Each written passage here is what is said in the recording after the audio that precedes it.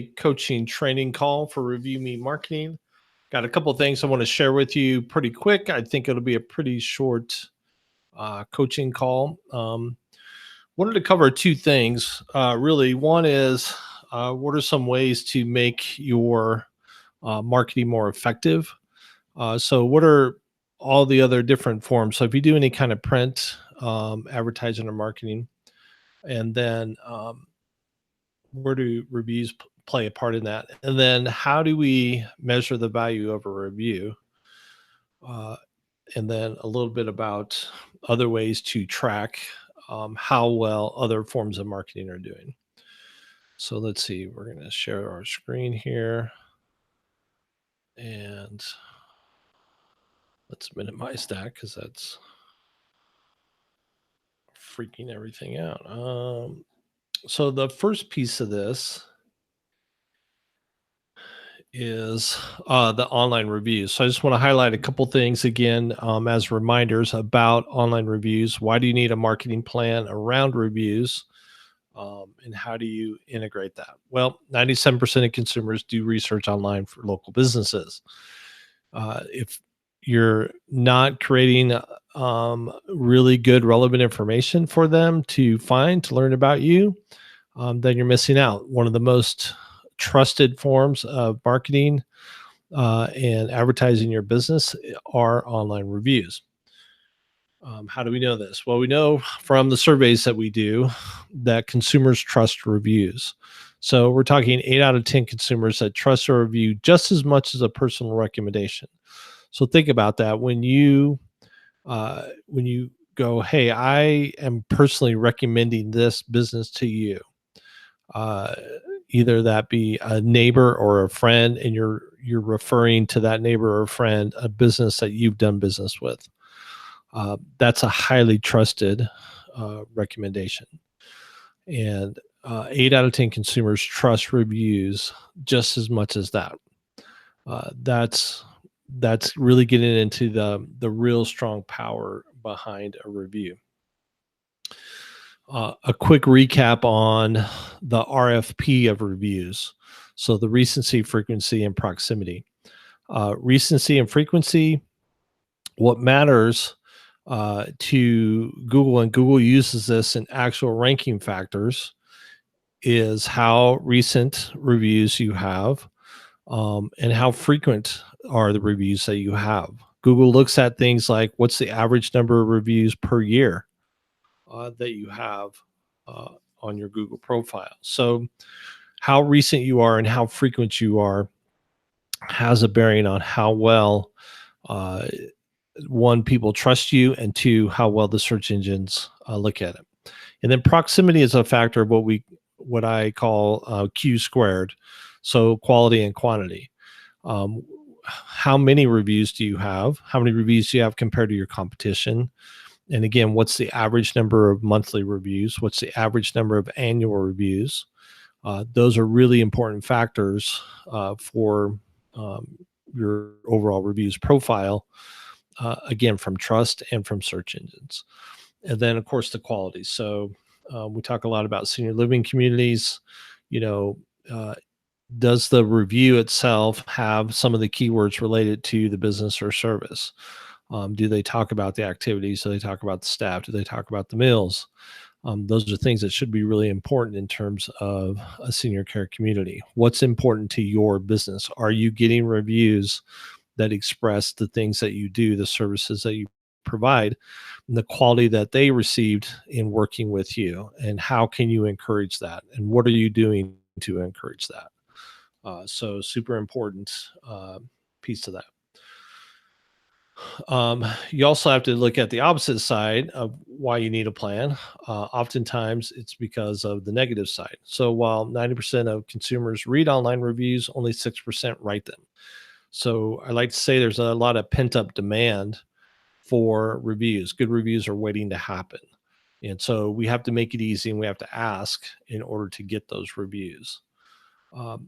And what often happens if you have no system for collecting positive reviews, if you're not working to collect positive reviews, a lot of businesses only have negative reviews. Again, people who are are upset, are motivated by emotion, they're more likely to go write a negative review. Where people that are happy, they're happy. Um, they may not go write a review about you, so they need a little encouragement to go do that. So the other piece of this that I wanted to kind of rattle around a little bit that I've really been thinking about here lately is what is the value of a review? So from an economic standpoint to your business, what is the value of a review? I got to drink some water. Let me check and make sure if I've got questions coming in here. Okay.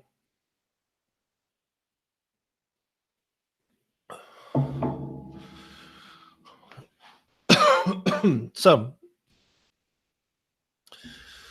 what are some ways to measure this? So, I had I was talking to my accountant the other day, and we were talking about the value of a review. And what she talked about was a basic referral. So, if someone refers someone to her business, what is the value of that? And she put a value on a referral, direct referral to her business uh, of 1 year's revenue of that client. So for her, an average client might be $500 a month in revenue. So if she got a referral, that would be worth $6,000. That's what she would value that particular referral at. I think that's one good way to measure the value of a referral. Definitely a good way to measure it. The other thing that I look at and think about is what's the lifetime value of a client. So when you look at your clients, the type of clients you have, what's the average lifetime value?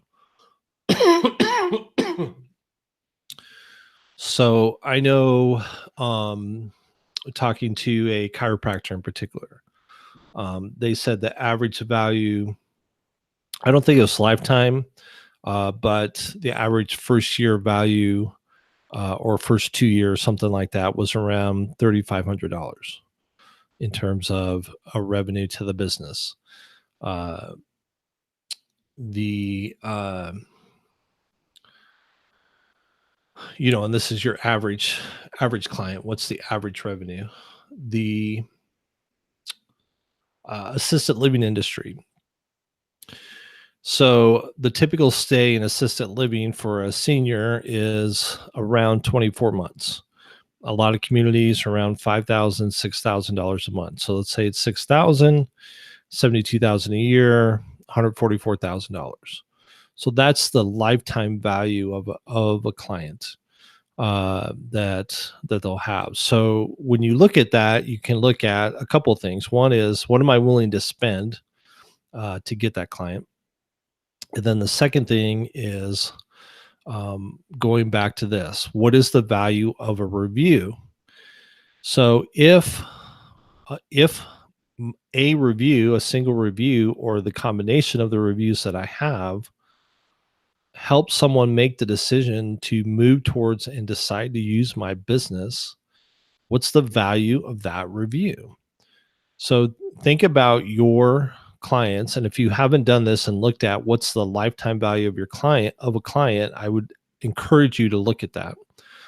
At the very least, and look at what's the first 12 months, the first year of working with that client. Uh, and what does that look like? And so that you can at least establish some value. So if you know that someone says, I called you because of your Google reviews, you now can assign a value to what that review is worth. So something to think about with that. Now, the other thing, let's see, I'm going to stop the screen share and go back to my camera. The other thing, in terms of just measuring the effectiveness of other types of marketing that you're doing, if you're doing digital marketing at all, you should be tracking everything. So there should be the way to track links. There's a way to track traffic. Um, if you're using Google Analytics, if you're using the Facebook tracking pixel, various forms of tracking your basic software. So we use Active Campaign. Active Campaign will track somebody if they fill out a web form that's connected to Active Campaign. They'll connect those two together, and I can now look at that contact and see what pages they visited, and see the history of that client. So there's a lot of different tools out there that will do that for you. But there's also other outside forms of marketing. So again, with a lot of our senior care clients, we encourage them with any print advertising to use tracking phone numbers and even tracking domains. So here's one of our clients, Lighthouse Assisted Living. This is an ad in what's called Seniors Blue Book, which is a popular guide, printed guide for senior care and home care and all of that for seniors. But the thing that we put in here for them is a tracking phone number. So that phone number is a special phone number. When someone dials that and calls it, it rings to their office. But we record any calls that come through that number. So we can go back and say, from this ad in this book, you had X number of calls, and then they can go, okay, we had one move in or 10 move ins or however many people that actually moved in from that service, from this ad. And then we also do a tracking website address. So this is just a random domain that they have. And we put it in here. So when they type that in, it goes redirects to their main website. But we can track this now in our Google Analytics and see exactly how many times someone used this particular web address. This is the only place this phone number and this web address show up, so that we know exactly that it came from this particular book and this particular ad. So there are some great ways to, simple ways there to track your advertising, and so that you can measure the success and the benefit of that. So how do you get more out of your marketing that you're doing? One, improve your reviews.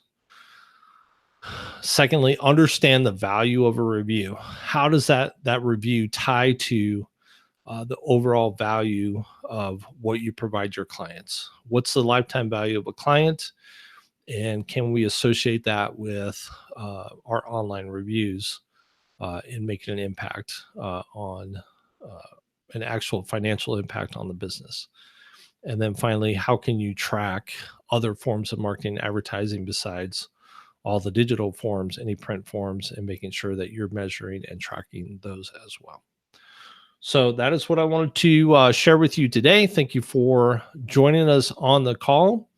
Don't have any other questions that came up here today. So we're going to make that a wrap. Thank you for joining us. Look forward to seeing you all next month.